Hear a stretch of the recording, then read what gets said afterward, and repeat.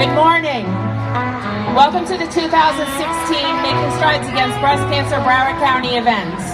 My name is Michele and I am a breast cancer survivor. I am here today to share my personal story with you.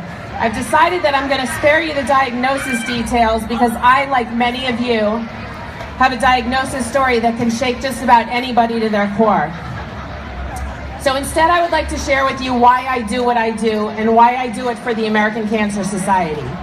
16 years ago, just days after my 32nd birthday, I was diagnosed with breast cancer.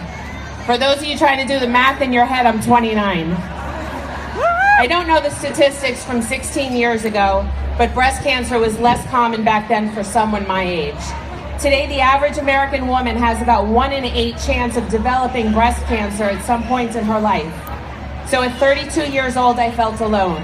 Occasionally, someone would say to me, I know someone who knows someone, maybe you should speak with them. But quite honestly, I had no interest in speaking to anyone. It was my battle. I was focused. And I was going to fight it with every fiber of my being. At one of my oncology appointments, I was given a flyer to an event called Look Good, Feel Better. I was intrigued and it was recommended that I attended. I was happy that I did. At the Look Good, Feel Better meeting, there were people there to help me and others just like me in the same situation. They gave us wigs. They had hairdressers there to cut and style them for us. There was a makeup artist there to show us how to apply eyebrows because guess what? When you don't have hair, you don't have eyebrows. How many of you know how to tie a scarf on your head? When you have no hair, that's critical.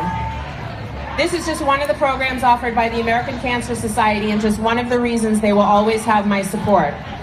Have you heard of a program called Reach for Recovery? Shortly after my diagnosis, through the American Cancer Society, Reach for Recovery sent a breast cancer survivor to my home to meet with me and explain what to expect.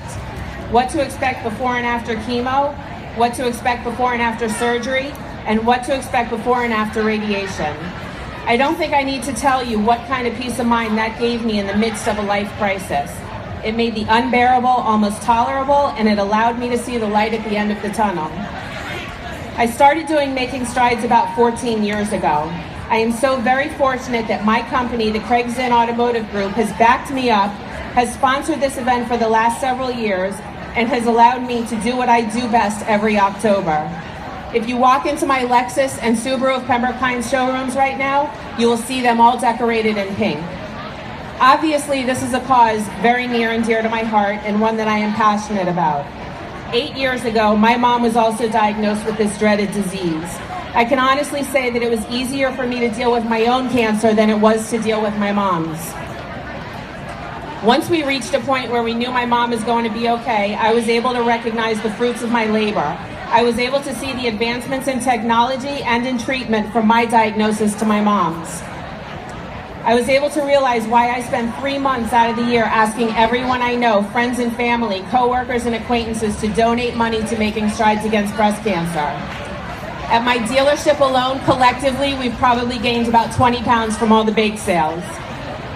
1 week ago, my son Max turned 7 years old.